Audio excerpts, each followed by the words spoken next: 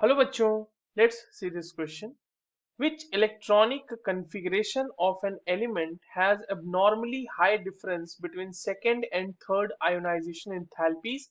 आपके सामने चार अलग अलग इलेक्ट्रॉनिक कन्फिग्रेशंस गिवन है और सवाल ये पूछा जा रहा है कि इनमें से किस इलेक्ट्रॉनिक कन्फिग्रेशन के लिए जो किसी एक एलिमेंट का हो सकता है उसमें सेकेंड और थर्ड आयनाइजेशन एनर्जी के बीच में इंथैल्पी के बीच में बहुत ही ज्यादा डिफरेंस देखने को हमें मिलता है।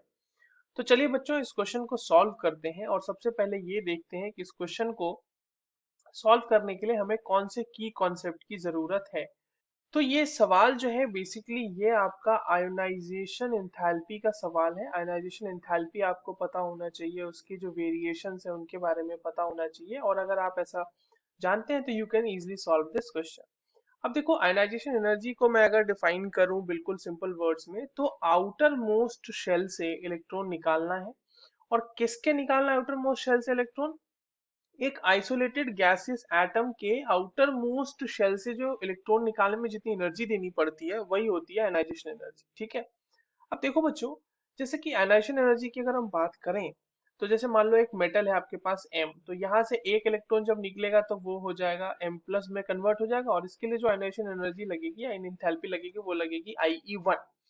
अब M प्लस से M2 जब हम जाएंगे तो यहाँ पे लगेगी I2 जिसको सेकेंड आयनाइजेशन एनर्जी भी बोलते हैं और यहाँ से बन जाएगा बच्चों M+2।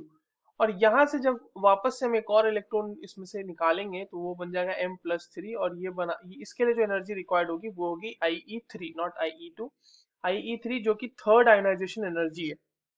अब सवाल ये है हमसे पूछा जा रहा कि IE2 और IE3 में बहुत बड़ा डिफरेंस देखने को मिला। ऐसा क्यों देखने को मिला वो समझिए।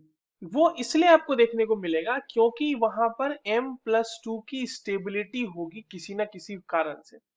तो अगर M+2 की स्टेबिलिटी हो जाती है किसी कारण से तो जो आपको अगला जो आयनाइजेशन एनर्जी मिलेगा ना, मतलब इलेक्ट्रॉन निकालना, अब स्टेबल कॉन्फ़िगरेशन से इलेक्ट्रॉन निकालने में थोड़ी तो मुश्किल होगी ही।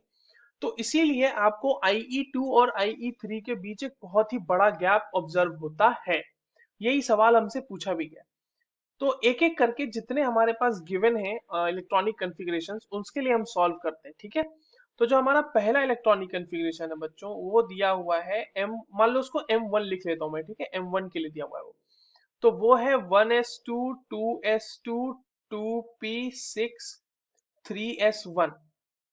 अब यहां से अगर आप 2 प्लस बनाओगे यानी कि M1 2 प्लस बनाते हैं अगर तो उसका इलेक्ट्रॉनिक कन्फिग्रेशन क्या हो जाएगा? 1s2 2s2 2p5। तो 2p5 ऐसा तो ऐसा कोई स्टेबिलिटी का कोई इसमें सीन है नहीं। दूसरे को देख लेते हैं। दूसरे में आते हैं तो ये हो जाएगा M2 लिख लेते हैं इसमें। चलो ठीक है, 1s2 2s2 2p6 and 3s2 and 3p1। अब इसमें से जब आप दो इलेक्ट्रॉन निकाल लोगे तो ये कितना हो जाएगा बच्चों? M2+2 कितना हो जाएगा? ये हो जाएगा 1s2 2s2 2p6 3s1। ठीक है, यहाँ पे हाफ फील्ड की स्टेबिलिटी को हम कंसिडर कर सकते हैं। चलो दूसरा तीसरा देखते हैं, तीसरा ऑप्शन क्या कह रहा है हमारा। M3 कर लेते हैं उसको। 1s2 2s2 2p6 3s2 3p2।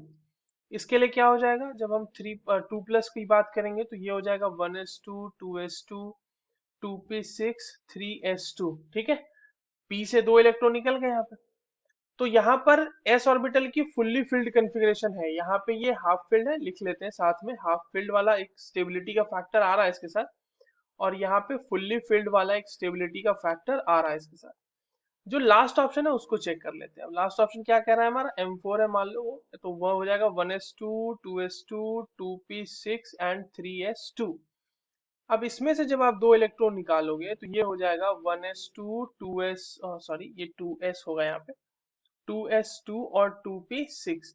अब ये देखो बच्चों यहाँ पे p ऑर्बिटल भी फुल्ली फिल्ड है और 2s भी फुल्ली फिल्ड है। बेसिकली ये ऑक्टेट हो गया यार, बैलेंस शेल में ऑक्टेट कंप्लीट हो गया यहाँ पे। तो अब आप देखो, आप समझ रहे होगे यहाँ पे कि सर ऑक्टेट कंप्लीट हो गया है तो ये तो सबसे ज्यादा स्टेबल हो गया, मोस्ट स्टेबल हो गया ना यहाँ पे। अगर हम सारे मेटल्स के 2+ वाला जो है M1 2+, M2 2+, M3 2+, M4 2+ को अगर कंपेयर करें तो इसमें सबसे ज्यादा स्टेबल तो M4 2+ है। अब यहां से वापस से इलेक्ट्रॉन निकाल के और यहाँ से 3+ ऑक्सीडेशन स्टेट बनाना बहुत मुश्किल होगी, क्योंकि M4 ने ऑलरेडी 2+ ऑक्सीडेशन मतलब जो उसका स्टेट है उसमें उसने ऑक्टेट कंप्लीट कर लिया है, ऑक्टेट अचीव कर लिया है। तो आपको M4 यानी कि फोर्थ ऑप्शन में जो गिवन है आपके पास इलेक्ट्रॉनिक कन्फिग्रेशन, उसके लिए जो गैप का सवाल है ना कि IE2 और IE3 के बीच सबसे बड़ा गैप, वो उसी के लिए ऑब्जर्व होगा। बाकी हाफ फील्ड और फुल्ली फील्ड ये वाला भी है फैक्टर, मगर यहाँ पे देखो ऑर्बिटल सिर्फ फुल्ली फील्ड है ना 3s2, यहाँ पे ऑर्बिटल हाफ फील्ड है 3s1। थोड़ी सी उसके उसका फैक्टर आएगा, बट वो बहुत बड़ा गैप आपको देखने को नहीं मिलेगा। So the correct answer for this given question will be option 4. I hope you understood this well. All the very best.